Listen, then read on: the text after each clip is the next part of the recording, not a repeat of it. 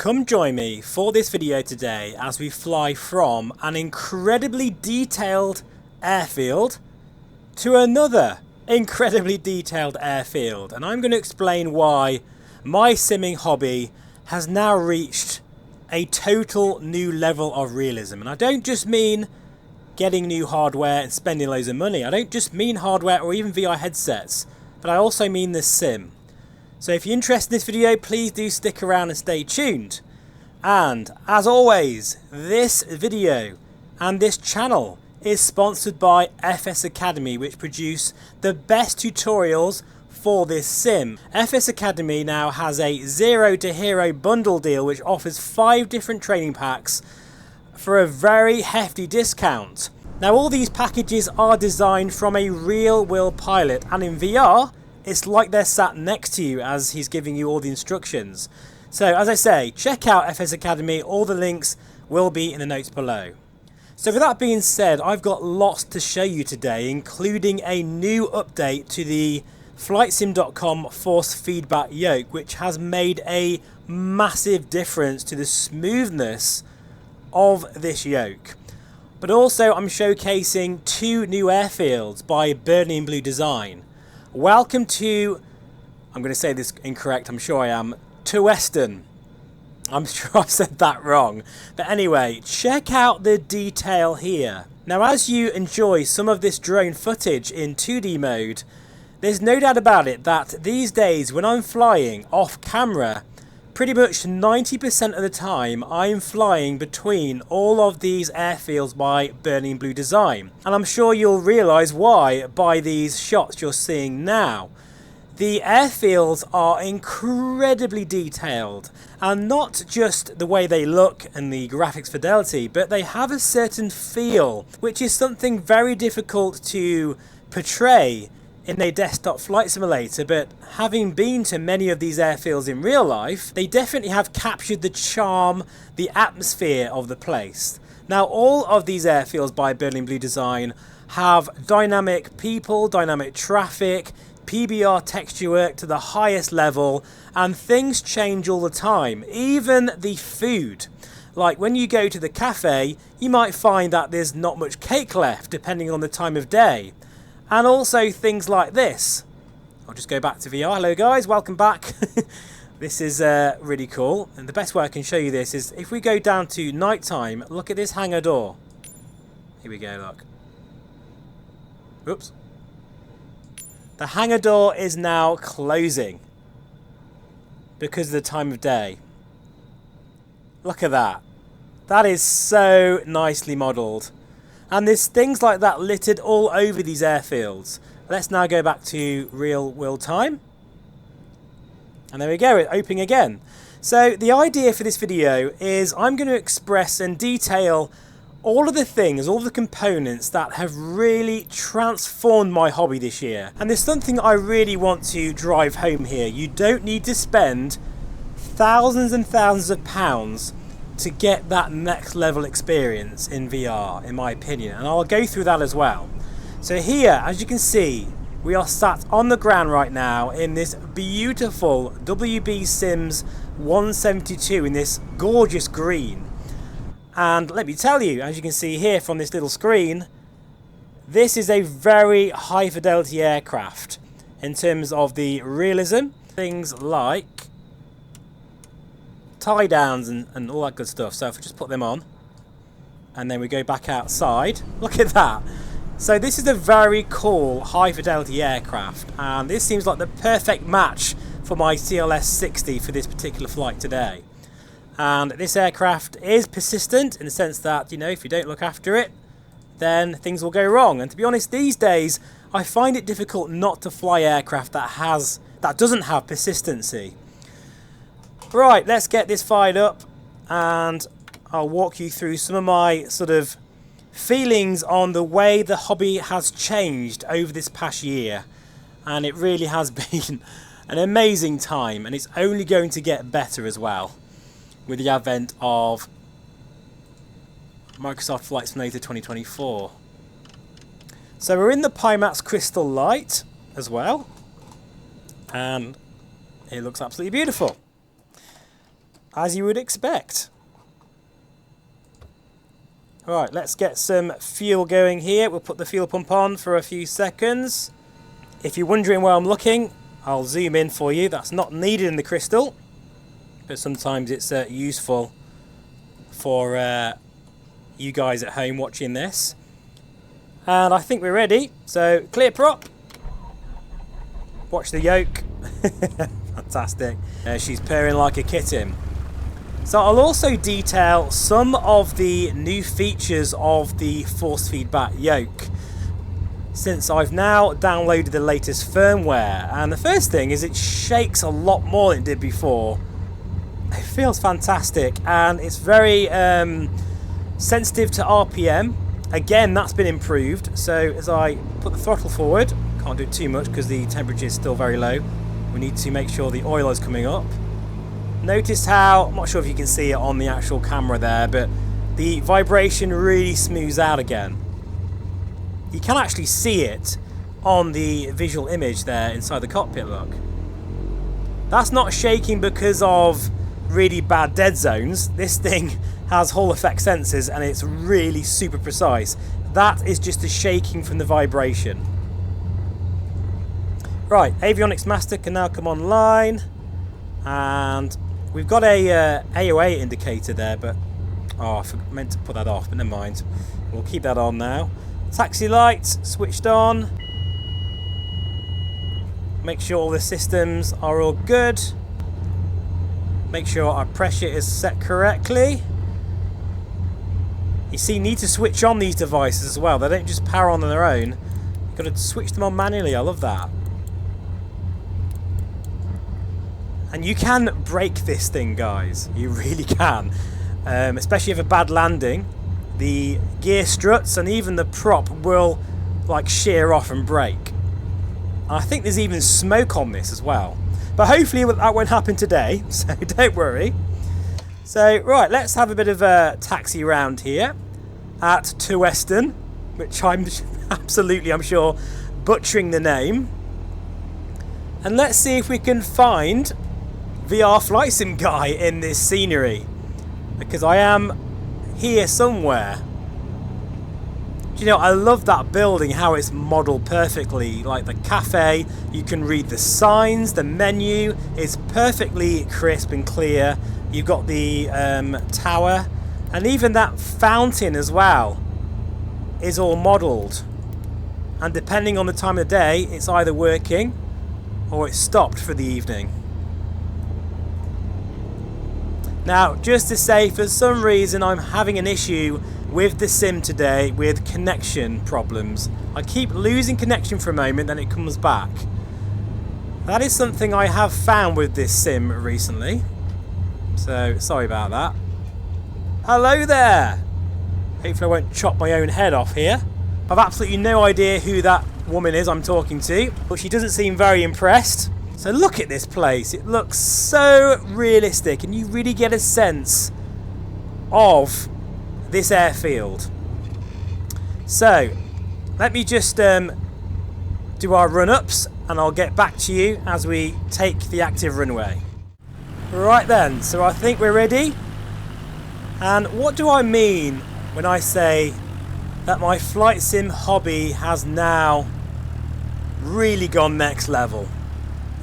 It's the only way I can describe it, because at this point, with the advent, let's just think about, for instance, the software, the aircraft that we actually now have in the sim, especially for the general aviation crowd, because really that's where my heart and soul is. I do fly airliners occasionally, but really this is my kind of flying. With airfields like this, with Burning Blue Design, they're classic airfields, which look so real, together in this incredible platform that Asobo has given us. And I know we moan about them a lot, especially me, but at the end of the day, I am incredibly thankful that we not only have this sim, but another sim coming so soon, like November the 19th. Can't believe it. Absolutely. I don't know how it's going to get any better than this, but it is, guys, it is. My only worry is Add-on airports like Burning Blue Design, I really hope they don't have to, you know, bend over backwards in order to get them working in the new platform. But that's another subject for another time. So in terms of the software, it is fantastic. And even hardware and VR headsets. We now have a headset for every budget. I'm talking of a Quest 2, for instance. You can get a great deal on one at the moment, especially a Quest 3, by the way, on Amazon. Also, the Crystal Light is now here, which is the true Reverb G2 replacement, and I love this headset. It is fantastic, and with a reasonable graphics card, dancing on the rudder pedals here, talking of say a 4070 or 3080. Wow, what's going on here? It's very windy. Whoa! Oh my word! That was interesting, but we're up. Careful we don't stall. I feel the forces on the yoke. That was a crazy takeoff there. But anyway, yeah, headsets like the Crystal Light and the Quest 3 really have moved the game on finally. We don't have to have thousands and thousands of pounds saved up to get a high fidelity experience in this sim now. I truly feel the Crystal Light, for example, is an absolutely fantastic headset for the money. I use this all the time. So feasibly, with something like the Honeycomb Alpha and Bravo, which are very well priced, and I've also got a new yoke I'm going to show on the channel soon by Simfly, which is all metal construction, but it's also very, very good value for money. I think it's around $400 or something, but I will have a full review soon once I get it here. You can have an amazing VR flight simulation experience without having to remortgage the house. Now on the other end of the scale, if you are looking for that absolute incredible immersive experience, feeling like you're inside that aircraft, then we do have relatively affordable, because that's a very loose term, it all depends on your financial situation, but we do have options out there now for motion rigs such as this DOF Reality H2, which doesn't have yaw, and I'll put on the screen now what it actually is retailing for the moment. For what you're getting, guys, this will transform your hobby almost as much as VR would. It's that next step. And as I'm flying here right now, I'm feeling all the bumps of the turbulence. It is something that really reminds me of my real world flying days, you know. And I'm not a real world pilot, but I do fly a lot with my friend, and he does let me fly quite a lot. I've even landed a Cessna 182 at, where was it, Jersey, a couple of years ago, with him by my side, and he was genuinely really shocked with how well I did, considering I'm not a real world pilot, and that is thanks to all of my experience simming. I reckon if I tried to do that now, I'd probably be even better, simply because these days I'm not just focused on the visual representation of what I'm seeing, but I can feel the sensations. Now, interestingly, Shortfield, I think that's his name, is a YouTuber, great real world pilot. He did a comparison not so long ago about the differences between real world flying and flight simulator flying, and the main thing he said is missing these days is the feeling of flight, the bumps and the vibrations. Well, with the advent of force feedback, that is something that is big news at the moment. And of course, with this yoke, together with the motion rig, my haptic seat, that is something that you don't have to miss anymore. I really feel every bad landing, every bit of turbulence and wind shear, just every sensation of flight is being fed through the telemetry of the sim and back into the yoke the motion rig and the haptic seat. And people say to me, and I see this in the comments all the time, well Steve, why don't you just get a real world pilot's license? It's cheaper. No it ain't. Not even close, guys. For example, if I got my PPL and did all my exams, then there's the stress of staying current, getting a share in an aircraft, and it wouldn't be something this posh, it would be like a PA-28 at best. It costs a lot of money, let alone the fuel. Oh my god. And of course the stress of flying in the real world. It's not as relaxing as it would be in a sim right now. Not to mention another thing, and that is I can fly any aircraft I want. Before I did this video today, I was flying in the Just Flight Vulcan and I did an air show over RAF Fairford, and it was an absolutely just sensational experience. And maybe I should have recorded it, but I do the hobby for me first.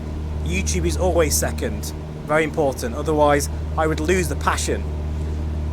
And now I'm flying in a 172, looking down at the ground, and it looks so incredibly real. And I did go flying a couple of weeks ago with my friend, and you're never going to beat real flying, guys. I'd highly recommend anyone watching this to do a trial lesson, or even just a pleasure flight. You're going to absolutely love it. And you know, it's funny because if I think of the reason why I enjoy flight simming, it's not to be the best pilot in the world. It's about the therapeutic nature of it. Be able to explore the world in this level of rich realism. It really is pure escapism. I mean, look at this scene here with all the clouds, the dynamic weather, the beautiful shadows, this terrain, the gorgeous fields, just looking down at the ground. The whole combination of it coming together is so good. And if you can afford it, and maybe it could be a project for you over, say, a few years, you could buy, say, the motion rig first. In fact, actually, let me just give you some advice on what I would do. The first thing I would do is get a powerful computer and a powerful graphics card. A 4090 is probably one of the best upgrades I've done in the past couple of years. I would rather stick with a Reverb G2 or a Quest 3 and get a 4090 first than get a Pimax Crystal and then run it on a low-end GPU. That's my personal opinion. Then get the VR headset next, because a headset such as the Crystal Light with its beautiful visuals, you're gonna friggin' love it. You really are. It just looks so good in this thing.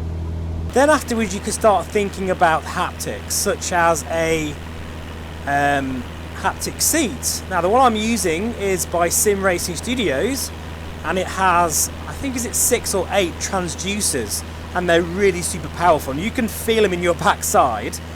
However, it's not really tailored perfectly for flight simulation in my opinion. It's great for racing, and they have added things like turbulence and touchdown effects, which definitely feel better, but I do feel it's not perfect. You could go for the other one. Is it called the FH8 or something? I can't remember. I haven't tried that one, but that is an intriguing sort of seat pad as well, but I don't think it's as strong as this.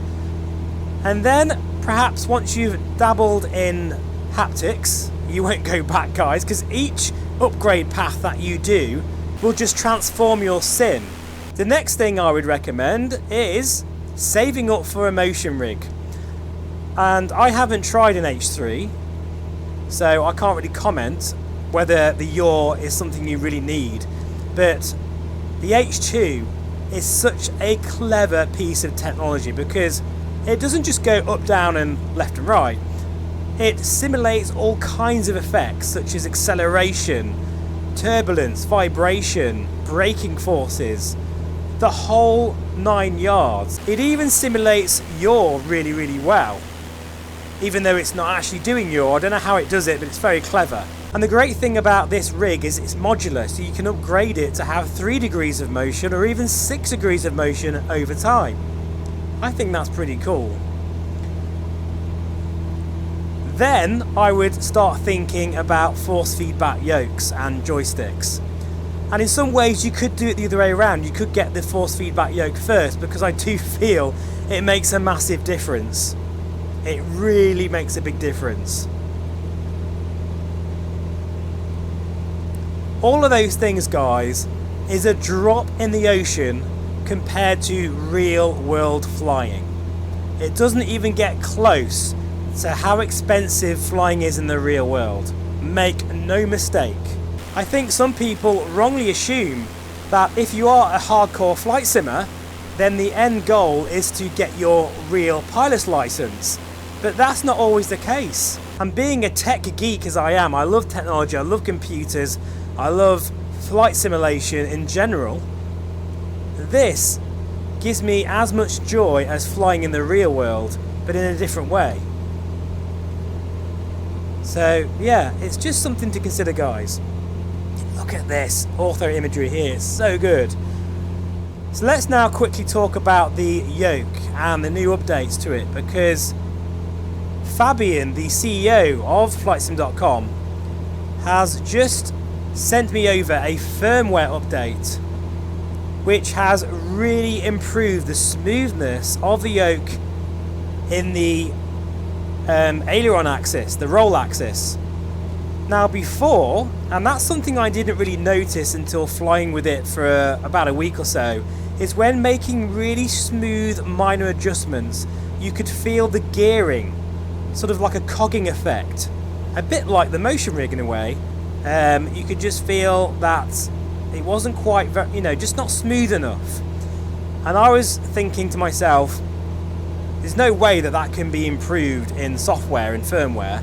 That's just the way the mechanics work inside this box.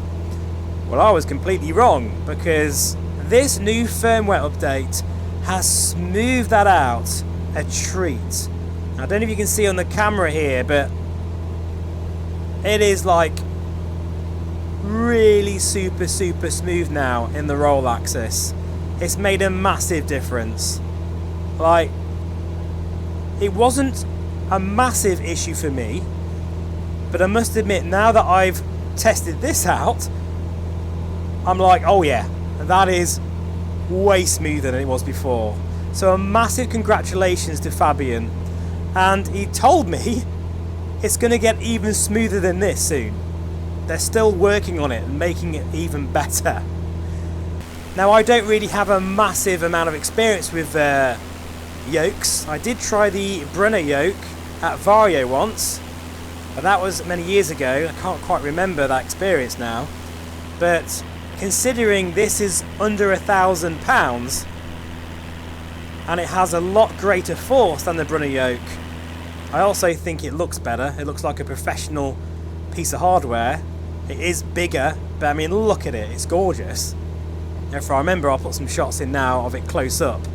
It is a full-size replica of a Cessna 172 yoke, and in the future, Fabian is going to make different handles, including a special VR style GA yoke, which has even more buttons.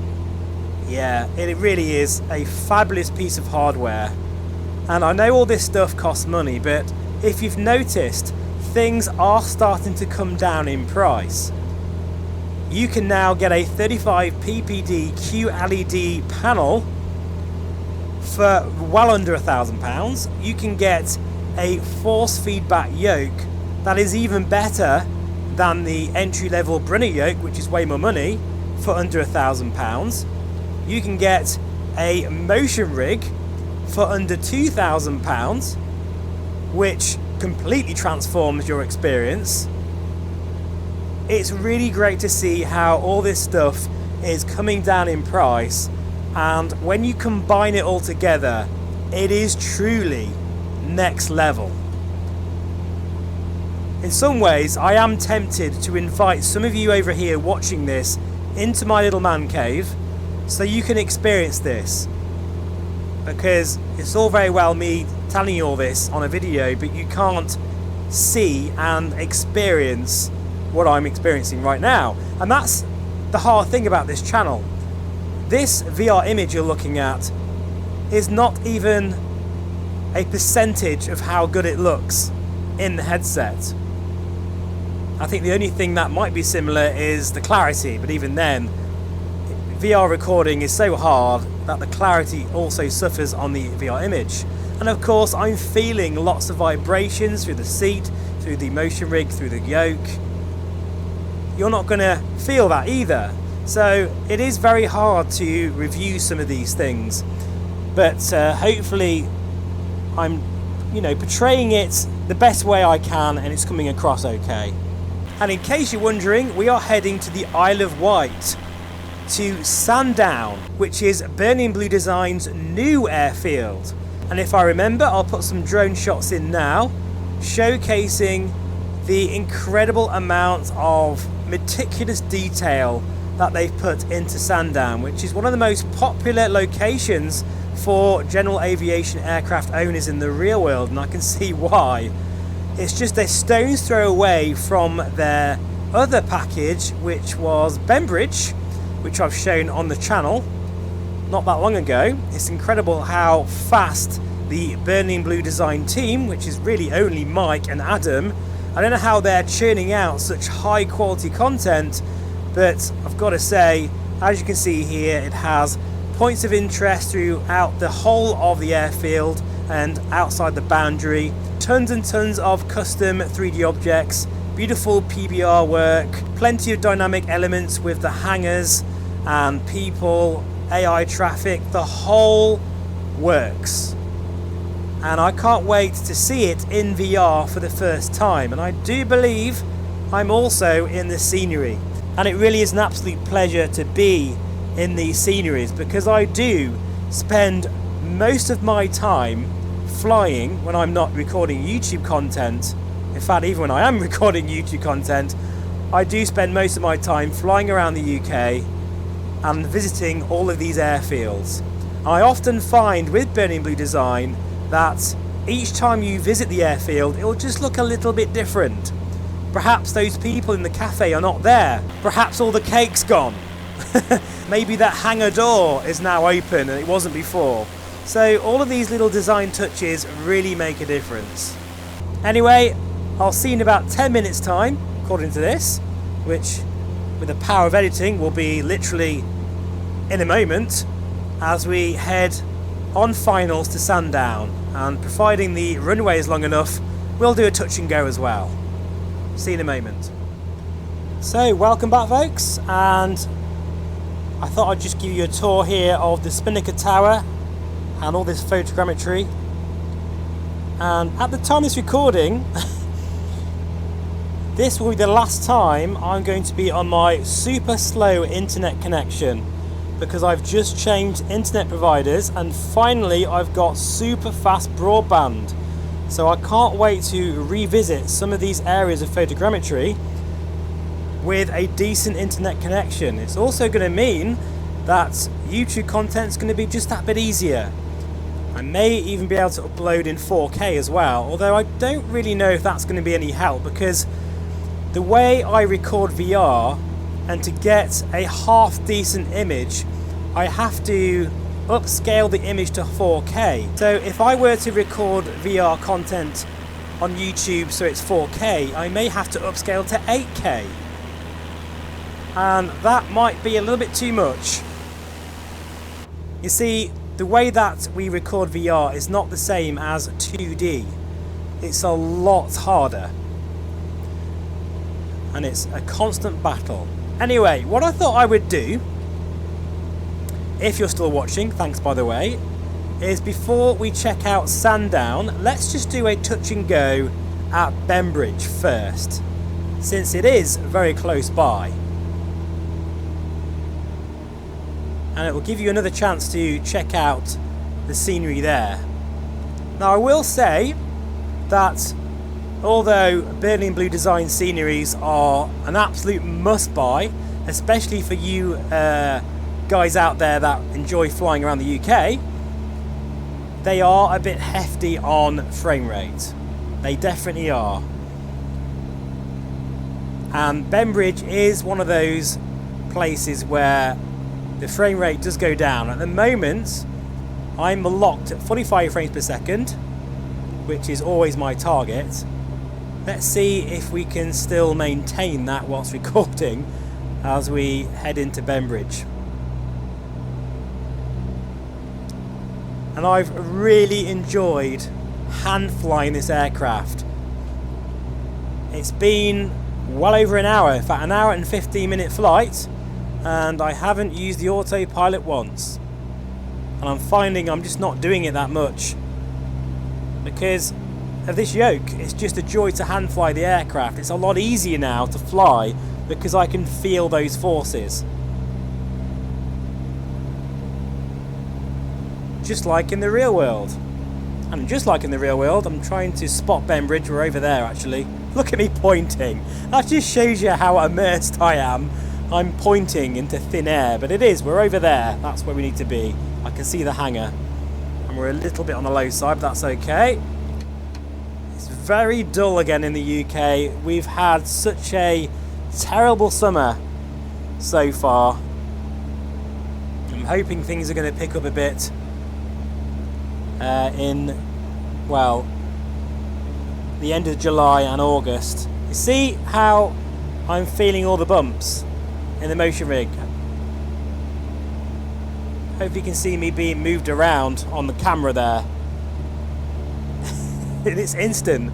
The reaction is perfect. There's no lag.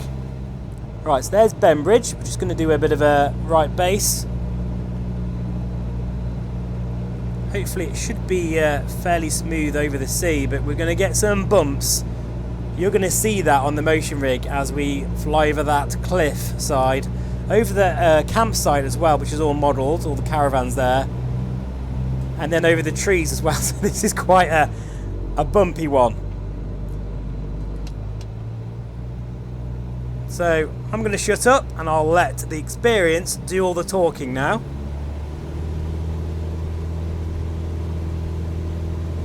Oh my goodness.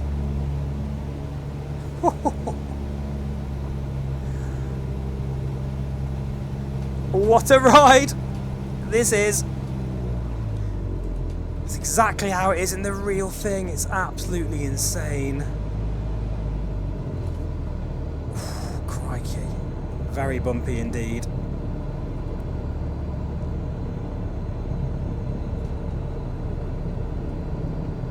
Kicking a bit left rudder there. A little bit of a bounce because we was a bit fast. And then back up again. Oh man, it's uncanny. I have flown into Bembridge in real life and it's uncanny. That felt so damn real. It can be that bumpy.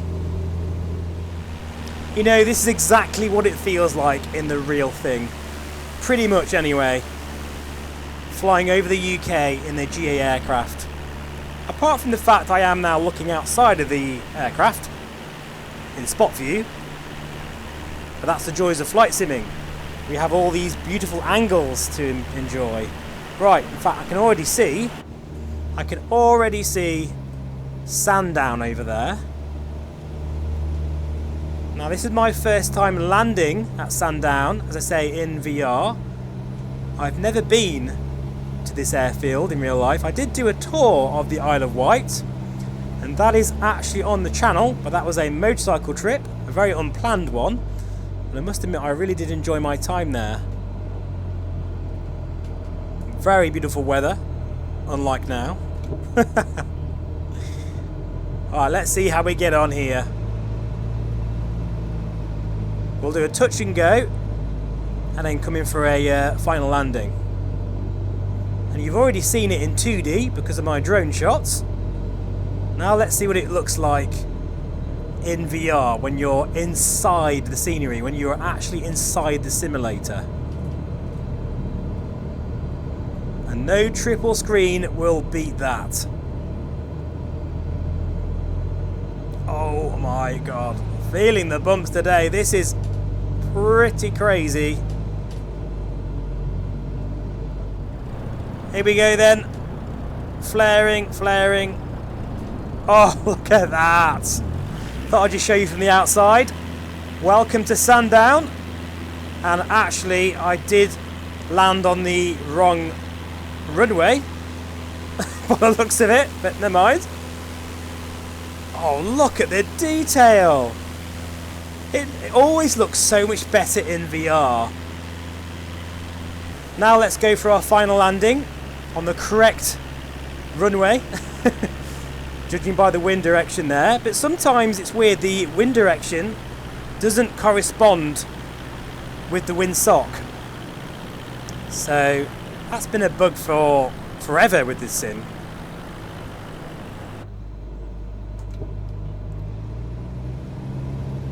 All those houses down there. I mean, at this point, I do wonder, how can this hobby get any more realistic than this? And I'm a little bit skeptical, actually, with MSFS 2024.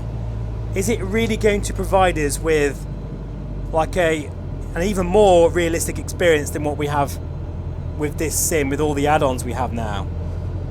I guess we'll find out soon. This is incredibly bumpy today. But, you know, even though it's a little bit overdone in places, I'm glad that it's like this, because it really does showcase how everything combined together creates that experience of being thrown around in a general aviation aircraft.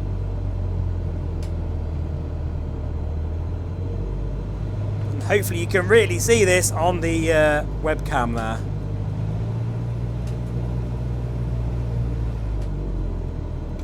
Right, flaps now at 20 degrees. A little bit quick, but I think we're okay actually.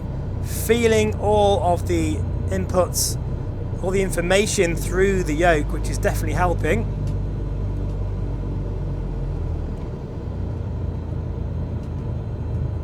Ballooned up a bit there, but that's okay. Hold her off, hold her off. God, my landings are so much better now with this yoke. Welcome to Sandown on a very bumpy day here in the UK. And let's just turn around here. I hope you enjoyed that video today. As I say, I've been showcasing a lot of things.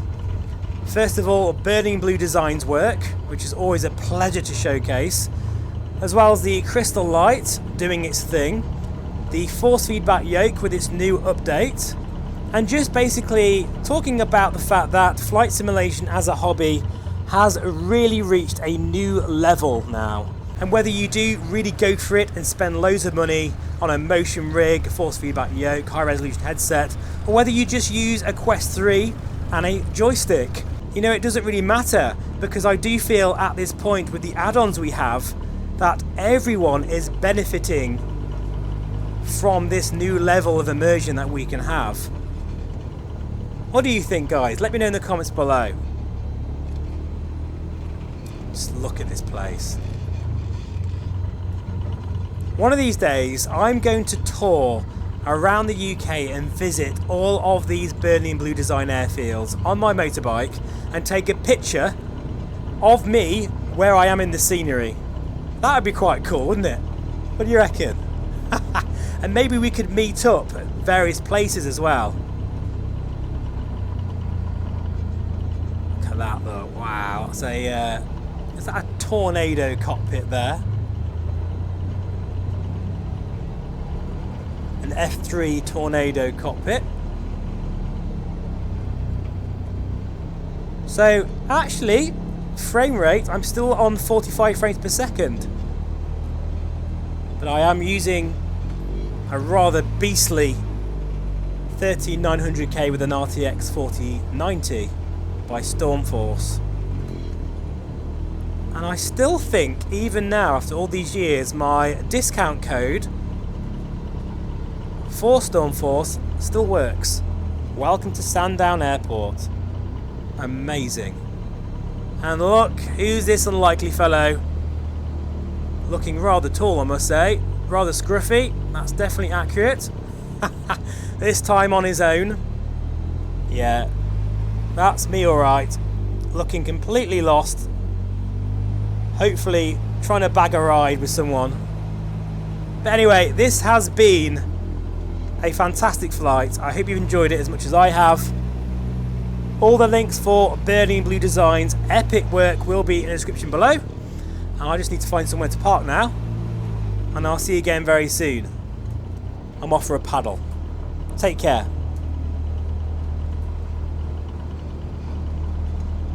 Oh, let's park near this decathlon. Very nice tail dragger aircraft that. I remember there was a good freeware version, and I think Real Air Simulations did a decathlon for FSX. Really showing my age now, aren't I?